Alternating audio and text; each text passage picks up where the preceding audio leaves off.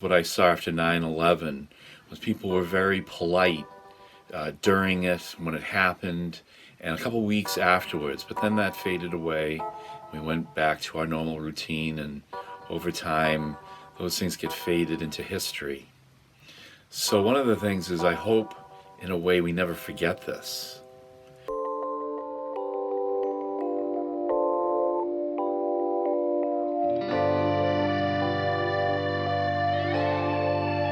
I really try not to elaborate any kind of expectations or fear. I just see this situation. I hope people don't get sick anymore. Yeah, I think it's going to be interesting to see how far into the future this social distancing thing lasts. They're saying months.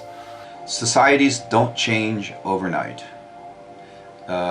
We are far more interconnected now. Communication moves much faster, but still people think the same that they did 10 years ago. What if this is a yearly thing? Obviously our immune systems will be used to it and it won't be novel anymore. But still, how many years will it take before we really get a grasp on it? And how will that devastate society? I almost feel like unless we don't make the changes that we need to make, we're going to see more pandemics occurring in society that are going to force us to either go back into a shutdown mode or do something else. I see conspiracy theorists saying, oh, this is all a hoax, and I worry that they have a very loud voice on social media, and I worry sometimes that people are going to start to believe them and think, oh, look at this. There's only been this many deaths. It's not a big deal. So this whole thing is overblown. And then you get a second wave. I don't think Brazil, where I live, is going to be doing much of anything to deal with healthcare. Unless there's a huge paradigm shift in the society, Brazil is not set up to think about the needs of the many. It's only set up to think about the needs of those who already have. I know there will be sacrifices and changes, of course, because we compromised our economy system too much to go back to same old life. My country here in Poland is a country of people who have not fully, many of whom have not fully let go of the old way of life, which is to have their own garden, to plant their own crops, to produce their own things. Whereas in more industrialized countries such as America and United Kingdom, I think that more people are reliant on corporations to manufacture their food and take care of these basic necessities. So I think in some ways those countries may be worse off. Brazil is very, very much a touchy-feely kind of society. People hug each other, slap each other on the back, shake hands, embrace, kiss, all the time. This is particularly difficult for Brazilians. When this tones down and fades away, if people have an even greater need and interest and desire to be in close physical, intimate love relationships, which I hope will be the case. Shaking hands, perhaps there'll be less of that. People will probably start exercising a bit more caution, at least until a vaccine comes out. Then God knows what's going to happen. When this experience started, I always thought about when can I go back to my old life. But now I really wish myself not to go back to my old life. We humans are just made to survive and to adapt. Corona has forced me to make some adaptations that turned out to be really good for me. I really hope that we don't go back to normal, to how things used to be, because I think a lot of the things that were going on our planet were not very good. So I think we can make improvements. People have been keeping up the takeout, for example, or the going on walks, getting out of the house in different ways pretty well, but ways that are still safe. I would hope those healthier ways will carry on. I like seeing more kids in the forest. They're building forts all over the place, and that's super fun. And I've taken to making or buying little weird figurines and putting them in their forts so they get a surprise. Maybe that's my form of connection, because we have less connection with people these days.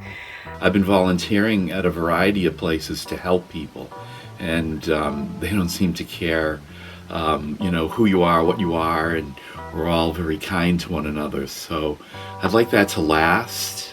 I'd like that to continue after we're over this horrible thing. One of the beautiful things is the way people are finding community in ways that we would never have done before, in ways that we didn't have time for, and connecting in the immediate vicinity around us. Neighborhoods are forming, which before were just sort of dormitory areas. I have all these positive ideas of how the future's going to be, that people are going to really love the slowing down, the time with their family, more time alone, appreciating it. I was time-starved.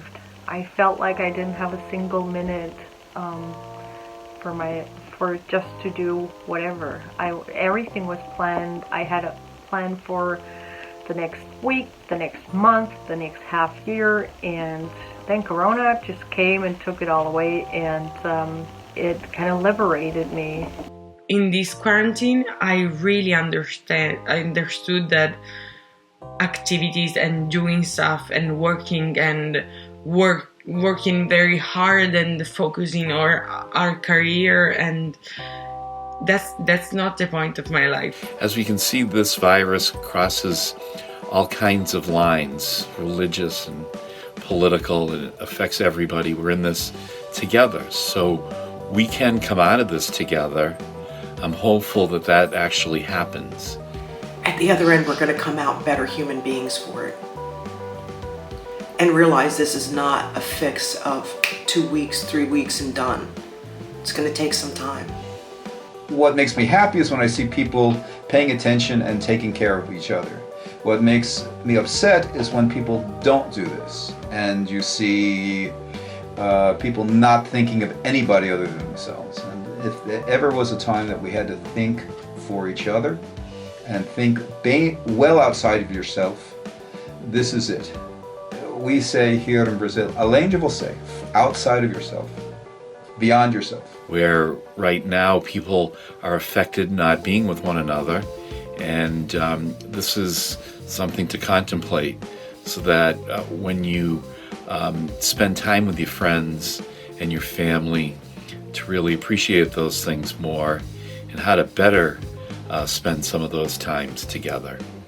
Time is of the essence. Time is important. Time is got a price on it, I like the way people are supporting each other and enjoying people in a different way these days. So I'm a bit excited to see what it's all going to be like in a year or two. So I'm quite hopeful that this crisis will turn into an opportunity for the awakening of humanity, and I feel very excited and blessed to hopefully be a tiny, tiny little part and make a tiny, tiny little contribution with millions of other people to create more love, connection, care, and purpose to all make this a more loving, a more sustainable, and a more peaceful world.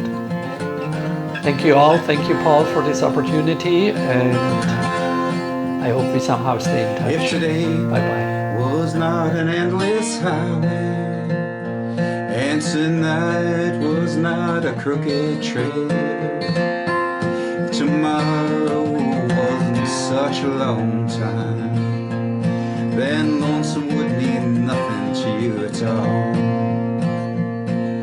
Only if my own true love was waiting, and I could hear her heart softly pounding. Only if she were lying by me, could I lie in my bed once again.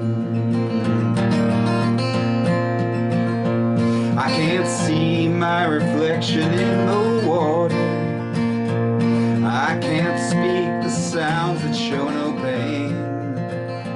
I can't hear the echo of my footsteps.